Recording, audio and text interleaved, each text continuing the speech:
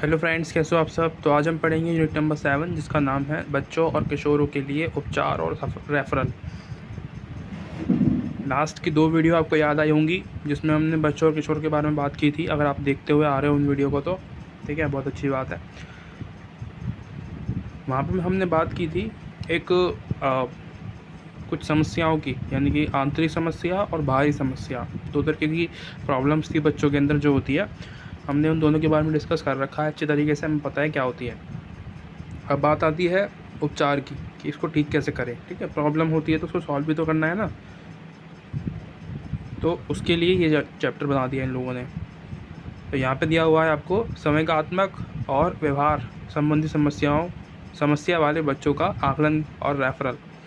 आकलन मतलब देखना उनको कि गड़बड़ी है कि नहीं है, ठीक है, और फिर रेफर करना जब पता चल जाए कि हाँ इस बच्चे में कुछ ना कुछ प्रॉब्लम है, इसके साथ कुछ ना कुछ बीमारियां हैं, ठीक है, तो उसको रेफ़र करना। किसको, कौन करेगा, पहले तो इसी को कौन करेगा, टीचर करेगा या फिर उस बच्चे के पेरेंट्स करेंगे, ठीक है। उन दोनों में से कोई एक रेफ़र करेगा। किसको, चिकित्सक को। चिकित्सक कौन है, जो स्कूल में मनोविज्ञान जिसके बारे में पढ़ रहे हैं उसको बोलते हैं, ठीक है। तो इसमें क्या क्या होता है, इसमें कुछ स्टेज होते हैं, जैसे कि आकलन करना ज़रूरी होता है बहुत ज़्यादा, ठीक है। अब क्या देख सकते हो आप उस बच्चे में कि रुचि, उसका जो इंटरेस्ट है वो कैसा है। इंटरेस्ट ख़राब हो जाता है बच्चों का, पढ़ने में मन नहीं करता। अब पढ़ने का मन करना और लिखने का मन करना, ये 2 चीज़ देखी जाती है इसको रेफ़र करने के लिए, ठीक है। उसके अलावा उसका व्यवहार कैसा है, पहले कैसा था और अब कैसा है, बदला है, तो ज़रूरी है उसको रेफ़र करना। और उसके अलावा कुछ कारण होते हैं उसके पीछे, उसको जानना कि क्या रीज़न्स हैं कि वो बच्चा ऐसा बिहेव कर रहा है। पहला रीज़न होता है समाज, ठीक है, और फिर परिवार, फैमिली। उसके अलावा विद्यालय का पर्यावरण, ठीक है। तो ये सारी चीज़ें जो हैं आप देख सकते हो कि इस कारण से जो बच्चे हैं उनमें पढ़ाई में मन नहीं लगना उनका, या स्कूल में मन नहीं लगना, ये रीज़न्स होते हैं। क्योंकि कुछ बच्चे ऐसे होते हैं उनको मारने की, मतलब उनको जो है धमका कर रखते हैं, उनको मारते हैं, उनको प्रताड़ित करते हैं, शोषण करते हैं बच्चों का, ठीक है, जो कमज़ोर होते हैं। जैसे कि समाज भी हो सकता है, समाज उस बच्चे पे कुछ ना कुछ जो है दबाव डाल रहा है किसी न किसी बात को लेके, उसकी वजह से जो वो छोटी सी उम्र में ही दबाव में आ जाता है बच्चा। परिवार में, फैमिली में होता है, या फैमिली में मैंने बताया था आपको आनुवंशिक भी होता है, यानी कि गर्भ से ही वो बच्चा जो है कुछ ना कुछ उसमें दिक्कत होती है जब वो गर्भपात में होता है। उसके अलावा उसके पेरेंट्स में से कोई एक में जो है कुछ ना कुछ गड़बड़ियाँ हों, मतलब वो सिगरेट वगैरह पीते हैं या मतलब नशा वगैरह करते हैं, उसकी वजह से भी हो जाता है कभी कभी, मतलब, ठीक है। और उसके अलावा कुछ टॉपिक्स हैं यहाँ पे पीछे मैंने छोड़ दिए हैं, वो इम्पॉर्टेंट नहीं है, हमें सिर्फ जो ज़रूरी है इसके अंदर वही पढ़ना होता है, ठीक है। बाकी आपको पढ़ना है पूरा चैप्टर, ठीक है, क्योंकि आपको एग्ज़ाम देना है। मेरे को बस ये बताना था आपको कि कॉन्सेप्ट इसके अंदर जो है, जो मेन कॉन्सेप्ट है चैप्टर के अकॉर्डिंग, वो बताना है मेरे को। ये नहीं कि जो एग्ज़ाम में आएगा वही बता रहा हूँ मैं, बस जो कॉन्सेप्ट है ना चैप्टर का, मैं आपको वो समझाने की कोशिश कर रहा हूँ पूरी तरीके से, ठीक है, A to Z पूरा। सेकंड आता है हमारा बच्चों के लिए विद्यालय आधारित उपचारात्मक कार्यक्रम। तो क्या क्या कार्यक्रम कर सकते हैं, पॉजिटिव इन्वायरमेंट बना सकते हैं हम स्कूल में, ठीक है, क्लास में, और रूल्स, ठीक है, रूल्स बना सकते हैं क्लास में जो बच्चों को, सभी बच्चों को फॉलो करना होगा। उसके अलावा जो दिनचर्या जो है वो बताना बच्चों को कि आज हम क्या क्या पढ़ने वाले हैं, क्या क्या करने वाले हैं, हम क्या कौन सा गेम खेलेंगे, आज किस गेम से हम क्या सीखेंगे, ये सब बताओ बच्चों को, ठीक है। और एक और होता है क्वेश्चन ऑफ द डे करते हैं ना, question of the day, QOD, यानी कि दिन का एक पर्सन रख दो, बोर्ड पे लिख दो आप, और उसके बाद जो है बच्चे उस सवाल के जवाब देंगे, ठीक है, डिस्कशन करेंगे, बातचीत करेंगे एक दूसरे से। ये बहुत ज़रूरी होता है अगर इन्वायरमेंट अच्छा करना है किसी क्लास का। मॉडर्न इन्वायरमेंट कहते हैं इसको हम, है ना। जैसे कि पॉइंट बनाओ बच्चों के लिए, और डिस्कशन के लिए कुछ एक सेशन रखो कि बच्चे डिस्कशन करेंगे, और इस सेशन में बच्चे जो है डिबेट करेंगे, टॉपिक दे दो उनको अलग अलग, या एक टॉपिक पे डिबेट करेंगे कि ये इसका जो है पॉजिटिव होगा, ये नेगेटिव पक्ष लेगा, तो इस तरीके से। उसके अलावा कुछ भी चीज़ें होती है,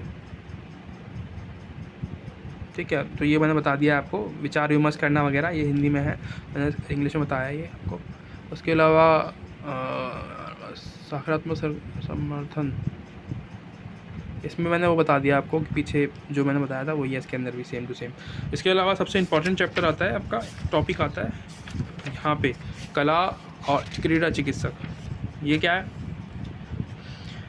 कला और क्रीड़ा एक ही बात है, इसको भी कला ही कहते हैं, आर्ट कहते हैं, ठीक है। चिकित्सा का प्रयोग हम जब देखते हैं ना किसी बच्चों में कि बच्चा बता नहीं रहा है ना, वो समस्या में होता है, तो छोटे बच्चे होते हैं ना, वो बता नहीं पाते समस्या अपनी बोल के, तो हम उनको अगर गेम्स खिलाएं, ठीक है, गेम्स एक बहुत अच्छी थेरेपी होती है उन बच्चों के मन के अंदर क्या चल रहा है उसको जानने की।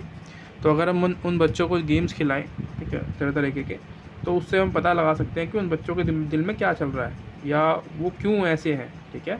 फॉर एग्जांपल यहाँ पे आपको गुड़िया का एग्जांपल मिलेगा, मतलब गुड़िया का एग्जांपल यानी कि जो एक लड़की है गुड़िया से खेल रही है, तो वो किस तरीके से खेलती है, यानी कि अगर वो उस गुड़िया को ताले में बंद करके, मतलब खिड़की, मतलब जो भी है पिंजरे के अंदर बंद करके रखना बंद कर रही है, तो इसका मतलब है कि वो जो है स्वतंत्र नहीं है अपने घर में, या फिर उस गुड़िया को मार रही है या उसको कुछ ना कुछ उसको जो है तोड़ रही है, उतना उसको नुकसान पहुंचाने की कोशिश कर रही है।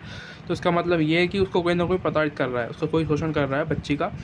तो ये रीज़न्स होते हैं। तो ये तरीका है जानने का कला के माध्यम से, ठीक है। आर्ट से हम जान सकते हैं कि उन बच्चों में क्या चल रहा है, उनके दिमाग में क्या चल रहा है। उसके अलावा एक इन्वायरमेंट बहुत ज़रूरी है क्लास के अंदर। मैंने आपको वो सब पीछे बता दिया है, बाकी सभी चीज़ें जो हैं बार बार रिपीट होती हैं एक जगह पे। तो जो मेन टॉपिक है मैंने आपको समझा दिया है, कला चिकित्सा क्या होता है और क्रीड़ा चिकित्सा क्या होती है। इसके अलावा एक और क्वेश्चन आया था लास्ट ईयर में, ये वाला क्रीड़ा चिकित्सा के ऊपर, ये डायरेक्ट क्वेश्चन आया था, क्रीड़ा चिकित्सा क्या होती है। तो इसमें क्या होता है, ये एक तरीके से गेम ही होता है। इसमें भी आपको वही गुड़िया का एग्जांपल मिलेगा कि जो गुड़िया है वो किस तरीके से जो है मतलब लड़की है, जो छोटी बच्ची है, वो किस तरीके से गुड़िया के साथ खेलती है, उससे उसका व्यवहार पता चल रहा है हम लोगों को कि उसके दिमाग में क्या चल रहा है, उसके साथ क्या घर में हो रहा है, उसके साथ जो है कुछ भी जो भी पर उसके साथ शोषण हो रहा है, या वो किसी भी तरीके से बीमार है मानसिक तौर पर, वो क्यों है, ठीक है। तो ये तरीका होता है जानने का बच्चों के अंदर, और ये हर तरीके की जो है उसके अंदर की जो है चीज़ें निकालती है बाहर, क्योंकि वो बच्चे क्या है भाषा से नहीं बता पाते किसी को, ठीक है। तो ये सब चीज़ें जो है कला से हम उनके दिमाग में क्या चल रहा है वो जान सकते हैं। उसके अलावा यहाँ पे और कुछ नहीं है, इम्पॉर्टेंट कुछ भी नहीं है, और चैप्टर यहाँ पे ख़त्म हो जाता है।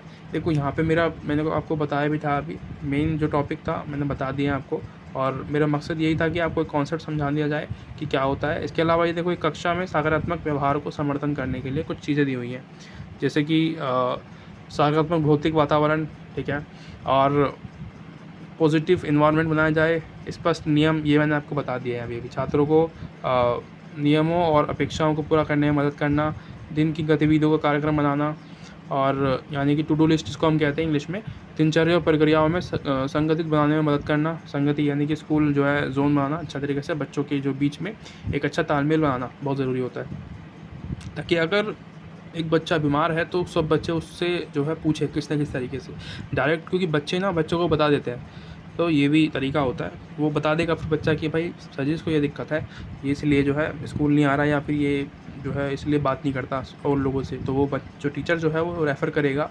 चिकित्सक को, यानी कि जो विद्यालय मनोविज्ञान है उसको, मनोविज्ञानी है जो, उनको जो है अब बात करेगा उनसे, और उसको बच्चों को भेजेगा वहाँ पे कि आप वहाँ जाओ, उनसे बात करो, टीचर से बात मत करो, मतलब वो टीचर हमको लेके जाएंगे और बात करेंगे।